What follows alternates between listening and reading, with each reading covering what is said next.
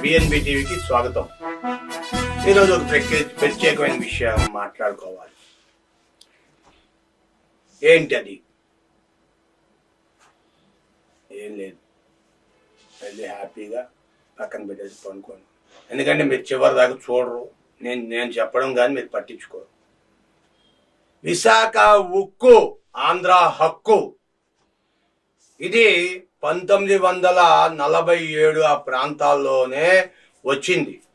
అప్పుడు ఎప్పుడైతే కేంద్రంలో మన భారతదేశ పాలన వచ్చిందో అప్పుడు 2-3 పర్యాయాల తర్వాత ఆంధ్రప్రదేశ్, ఇప్పుడు కొంతమంది చెప్తున్నారు ఉత్తరాంధ్ర వెనకబడిన జిల్లాలు, వెనకబడిన రాష్ట్రము, విశాఖ వెనకబడిన రాష్ట్రము అంటున్నారు.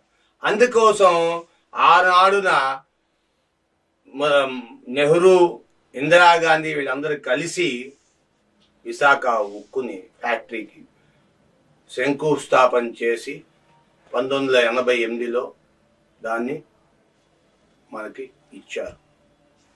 కొంతకాలం బాగానే నడిచింది. కానీ ఇప్పుడు 2020 ఆ టైంలో కరోనా రావడంతో విశాఖ నష్టాల్లో పడింది. బాగానే ఉంది, నష్టాల్లో పడింది. నష్టాల్లో పడితే ఏం చేస్తారు అంటే, పిల్లలు చదవట్లే అని చెప్పి స్కూల్ మానిపించేసి పనిలో పెట్టినట్టు విశాఖ ఉక్కు ఫ్యాక్టరీ సరిగా రన్ అవ్వట్లేదు, ప్రైవేటీకరణ చేసేద్దాం. ప్రైవేటీకరణ చేసేస్తే ఏం చేస్తాడు? ఉద్యోగాలు తీసి పారేస్తాడు, పవర్ సప్లై ఆపేస్తాడు, లేదా పవర్ సప్లై ఎక్కువ తెస్తాడు. 8 గంటలు పని చేయాల్సింది 12 గంటలు పని చేయిస్తాడు, లేదా 24 గంటలు పని చేయమంటాడు. 30,000 జీతంలో 3 షిఫ్ట్లు చేయమంటాడు. ఇవన్నీ ప్రైవేటీకరణ. ఆడిష్టం. గవర్నమెంట్, సెంట్రల్ గవర్నమెంట్ అధికారంలో ఉంది. 8 hours duty. It's an order. It's labour act. Labour act ప్రకారం 8 గంటలు పని చేయాలి, దిగిపోవాలి. అది సుప్రీంకోర్టు ఇచ్చింది, అందరూ ఇచ్చారు. ఇప్పుడు అదే ప్రైవేటీకరణలోకి వచ్చింది అనుకోండి, నేను చేయలేదండి, నాకు జీతాలు నాకు గిట్టుబాటు అవ్వట్లేదు, నేను ఏం చేయమంటారు? ఫ్యాక్టరీ అమ్మేస్తాను, తాళం వేస్తాను, లాక్డౌన్ చేసి వెళ్ళిపోతా, ఉద్యోగాలు తీసేస్తాడు. ఎక్కడి నుండి అక్కడికి నడుచుకొని రండి, బస్సులు తీసేస్తున్నా అంటాడు. ఏం చేస్తారు? అవసరమా మనకి ప్రైవేటీకరణ? అవసరంలా, మాకు అక్కర్లా మీ పెత్తందారులు. ఇప్పుడు అదోని గంగవరం పోర్టుకి 2,000 ఎకరాలు తీసుకున్నాడు. తీసుకొని వాళ్ళందరికీ 500 ఉద్యోగాలు ఇచ్చాడు. 22,000 జీతం. వాళ్ళకి గిట్టుబాటు అవ్వట్లా. 36,000 జీతం ఇవ్వమంటున్నారు గంగవరం పోర్టు. ఇప్పుడు విశాఖ ఉక్కు ఆంధ్ర హక్కు అనేది బాగుంది. అదోనికి ఎందుకు ఇవ్వాలి? మోదీ చేసిన మాయ కాదా?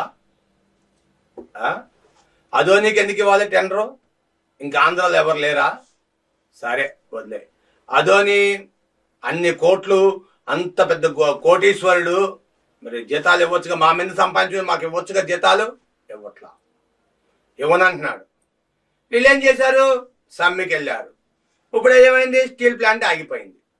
స్టీల్ ప్లాంట్కి అక్కడి నుండి, తెలంగాణ నుండి, మన ఒరిస్సా నుండి బొగ్గు రావాలి, ఇనుప ఖనిజం రావాలి.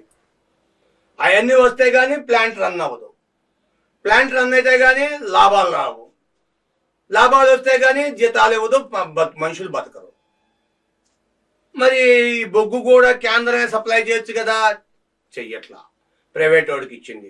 గంగవరం పోర్టు 22,000 ఎకరాలు తీసేసుకొని అదోని వాళ్ళందరికీ ఉద్యోగాలు ఇస్తానని, 3 పంటలు పండే పంటలు కాకపోయినా 2 పంటలు పండే పంటలని పొలాలు లాగేసుకొని 500 మందికి ఉద్యోగాలు ఇచ్చాడు. అరే 22,000 ఇస్తున్నానయ్యా, ఇగో 36,000 అడిగారు, 30,000 తీసుకోండి అని కూర్చొని మాట్లాడుకోవచ్చు కదా. మాట్లాడట్లా.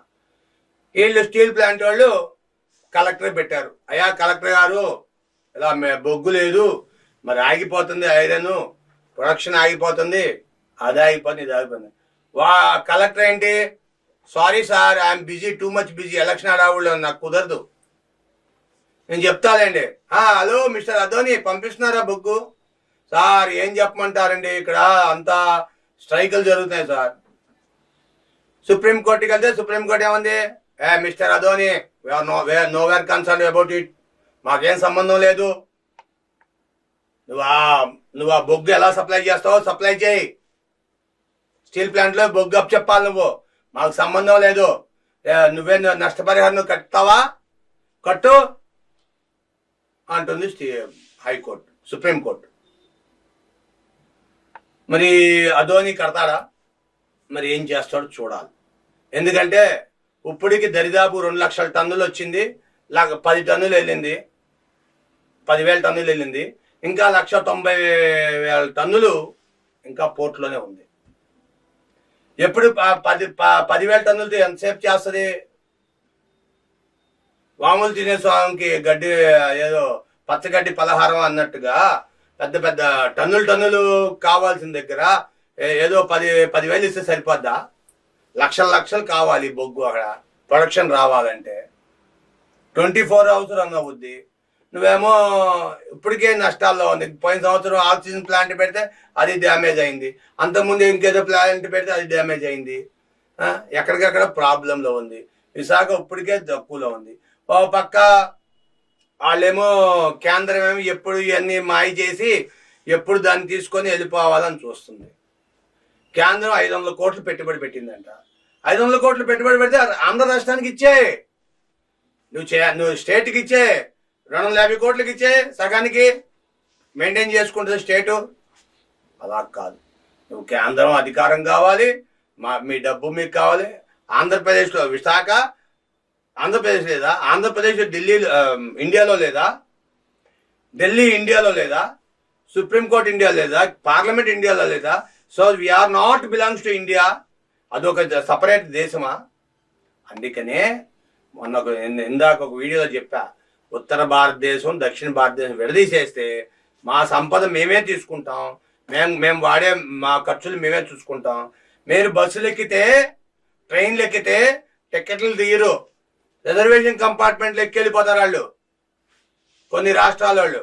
మన రాష్ట్రం వాళ్ళే నీతిగా నిజాయితీగా రిజర్వేషన్ కంపార్ట్మెంట్లోకి వెళ్ళకుండా ఒకళ్ళు వెళ్ళినా ఏదో ఒక 50 కిలోమీటర్లు పక్క స్టేషన్లకు వెళ్ళి వచ్చేస్తారు. అంతేగాని అక్కడి నుండి ఒరిస్సా నుండి, బీహార్ నుండి, వెస్ట్ బెంగాల్ నుండి బీహార్కి, అలా ఒడిశాకి అలా వెళ్ళరు.